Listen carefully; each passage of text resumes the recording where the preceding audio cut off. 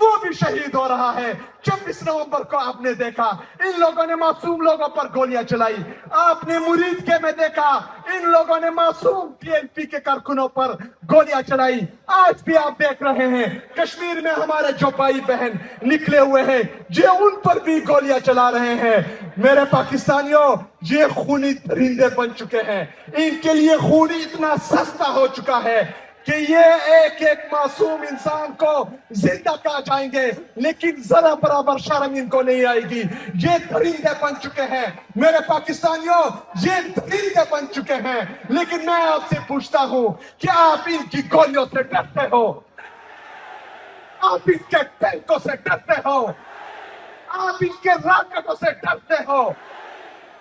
جب آپ بندوق سے نہیں ڈرتے، ٹینک سے نہیں ڈرتے، راکٹ سے نہیں ڈرتے، تو میرے پاکستانیوں، عمران خان کا یہ سپاہی جس نے اس کو اس صوبے کا وزیر اعلیٰ بنایا ہے، پاکستان تحریک انصاف کا ایک عام کارکن عمران خان صاحب کا یہ ادنا سپاہی آپ کو لیڈ کرے گا انشاءاللہ تعالی۔ میں مقابلہ کروں گا انشاءاللہ تعالی۔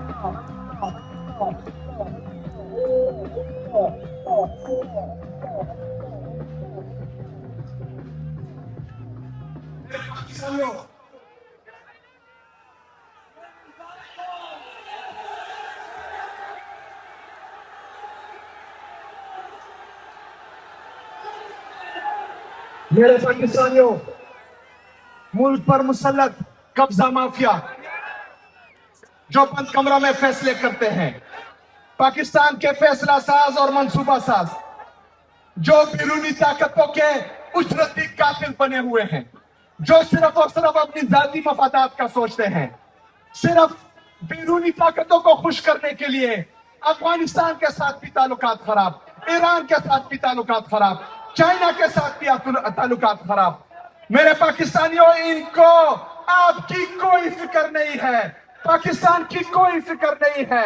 ان کے جیب بھرتے ہو، یہ آپ کے ٹیکس کا پیسہ چوری کر کے باہر جزیرے خریدتے ہو، انہوں نے آپ کی فکر نہیں کرنی۔ میرے نوجوانوں، کچھ لوگ آپ کو کاکروچ کہہ رہے تھے، میں آپ کو اقبال کا شاہین کہہ رہا ہوں۔ ہم اقبال کے شاہین ہیں۔ میرے نوجوانوں، ہم نے اپنا مقدمہ خود لڑنا ہے، ہم نے روڈوں پر خود نکلنا ہے، ہم نے ان کا مقابلہ خود کرنا ہے، ہم نے اپنا انصاف خود کروانا ہے انشاءاللہ تعالی۔ نہ عدالت ہمارا انصاف کرے گی، نہ کوئی ہمارے لیے آواز اٹھائے گا، نہ باہر سے کوئی طارق بن زیاد اور محمد بن قاسم آئے گا۔ ہم نے خود طارق بن زیاد بننا ہے، ہم نے خود محمد بن قاسم بننا ہے، ہم نے ظالم کے خلاف آواز اٹھانی ہے، ہم نے ظالم کے خلاف نکلنا ہے۔ عمران خان صاحب کے لیے نہیں، پاکستان تحریک انصاف کے لیے نہیں، اپنے لیے، ہمارے لیے، ہمارے بچوں کے لیے، اپنے پاکستان کے لیے، پاکستان کے آنے والے مستقبل کے لیے ہم نے نکلنا ہے۔ نکل کے کیا کرنا ہے؟ یہ چور، یہ ڈاکو، یہ لٹیرے جو ملک پر مسلط ہوئے ہیں، یہ چند خاندان جو مسلسل پاکستان کو کھا رہے ہیں، ہم نے ان کے لیے نکلنا ہے۔ اگر سسٹم کولیپس کر چکا ہے تو متبادل کون ہے؟ اگر سسٹم کولیپس کر چکا ہے تو آپ کہہ رہے ہیں کہ چہرے بدلے جائیں گے، پرچی سے کوئی آیا ہوگا، وہ میرے ملک کا مستقبل ہوگا، کسی کی بیٹی ہوگی، وہ میرے پاکستان کا مستقبل ہوگی۔ ایسا نہیں ہوگا، ایسا نہیں ہوگا۔ اپنے چور، لٹیرے، ڈاکو خود سنبھالو۔ ہمارا ایک شہزادہ ہے، ہمارا ایک لیڈر ہے، ہمارا ایک ہی جان ہے، اور وہ اڈیالہ جیل میں قید ہے، جس کا نام ہے عمران۔